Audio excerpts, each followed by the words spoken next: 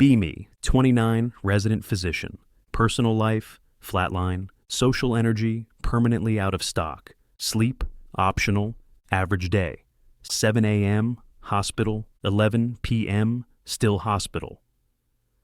1 a.m., collapse into bed and question my life choices.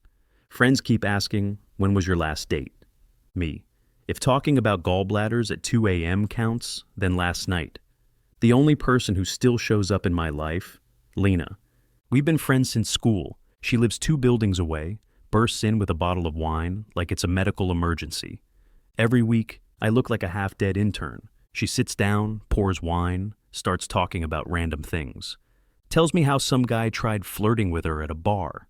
He said he owns a coffee shop. I said, I'm allergic to guys who brag. I nearly choke on my drink. She laughs like nothing can really touch her. It's the kind of laugh that makes you forget how exhausted you are. Then she looks at me with that calm, dangerous kind of smile. You do realize your love life is worse than my cat's, right? Me. My schedule isn't exactly romantic. We could just not overthink it. No drama, no pressure, just us when you have time to breathe. I thought she was joking. She wasn't. I say yes. She smirks like she already knew I would. That's how it started. 2 weeks after that night, Lena shows up again with wine and that same calm smile. We should make some ground rules, she says. I almost laugh because it sounds like she's negotiating a treaty, not a fling.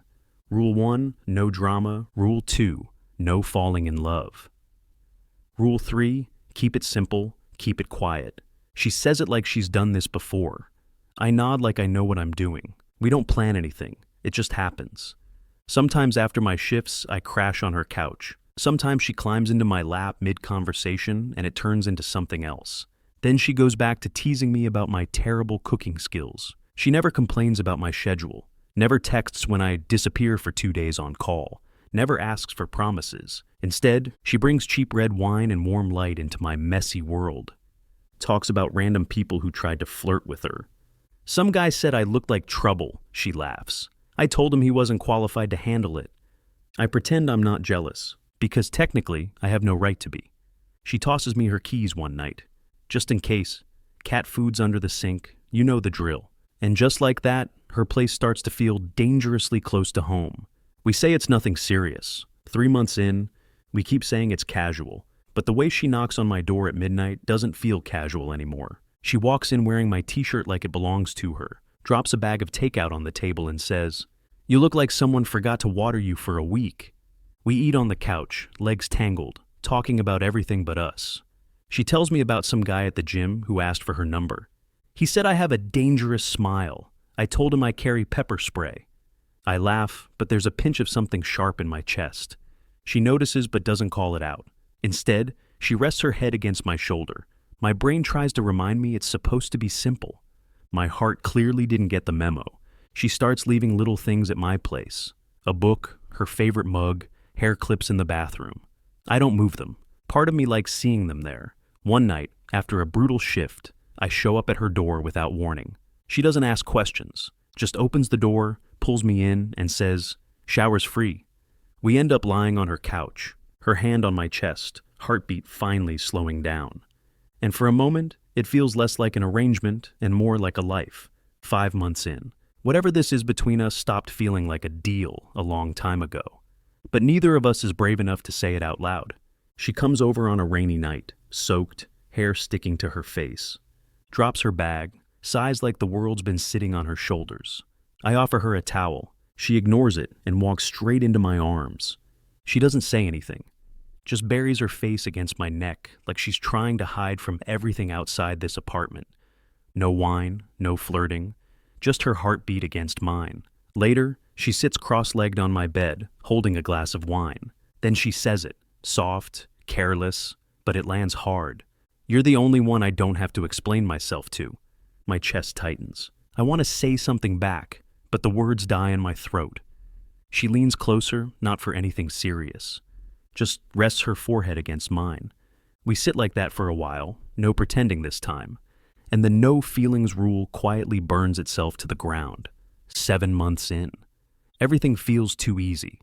She starts pulling back first. Fewer late-night visits. Less teasing, more polite smiles that don't reach her eyes. One night, I ask, "Did I do something?" She shakes her head too quickly. "No, you didn't." That's the problem. It's not an argument. It's worse. One of those quiet, sharp conversations that leave bruises on the inside. "This wasn't supposed to get serious," she says. I want to tell her I never meant for it to either, but somewhere along the way, it did. "We should take a break," she adds, and it hits harder than I expect. I nod like it's no big deal, like I'm made of stone. But when the door closes behind her, it feels like someone just unplugged the world. Weeks pass, no calls, no texts. Her mug is still on my shelf, untouched. I pretend I don't look at it every morning. People at work ask if I'm fine. I say, yeah. No one believes me. 2 months after the break, I finally learn from a mutual friend that she's not doing fine either. One evening after a long shift, I end up outside her building. No plan, just this quiet pull I can't ignore. Lights still on in her apartment. Door unlocked like she never got around to changing that habit. Inside, silence. Living room messy in a way that isn't her. I find her in the bedroom, fast asleep, curled up around a pillow. And not just any pillow. It's wrapped in my old hospital robe, the one she used to steal when she came over after my shifts. She looks exhausted. I sit down carefully on the edge of the bed. Her hand shifts in her sleep, fingers brushing my knee like muscle memory. My chest tightens. I whisper, "I should have said it. I should have told you." She stirs, half awake, mumbles my name. And for the first time in weeks, I feel like I can breathe again. She wakes slowly, blinking at me like she's not sure I'm real. When she finally realizes I'm sitting at the edge of the bed, she stiffens. "Why are you here?" "Because I couldn't stay away anymore," I answer. Simple, honest, no wall to hide behind this time. She looks away, fingers fidgeting with the edge of the blanket. "You disappeared too," she whispers. "You didn't fight for this. For me." And she's right. I thought giving her space was the kind thing. Turns out it was just me being scared. "I thought that's what you wanted," I say. She shakes her head, eyes shining now.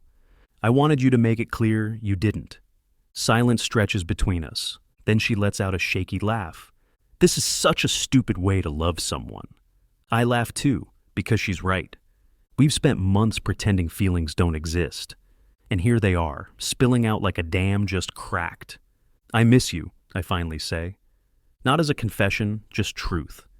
She looks at me then, really looks at me, and something in her face softens.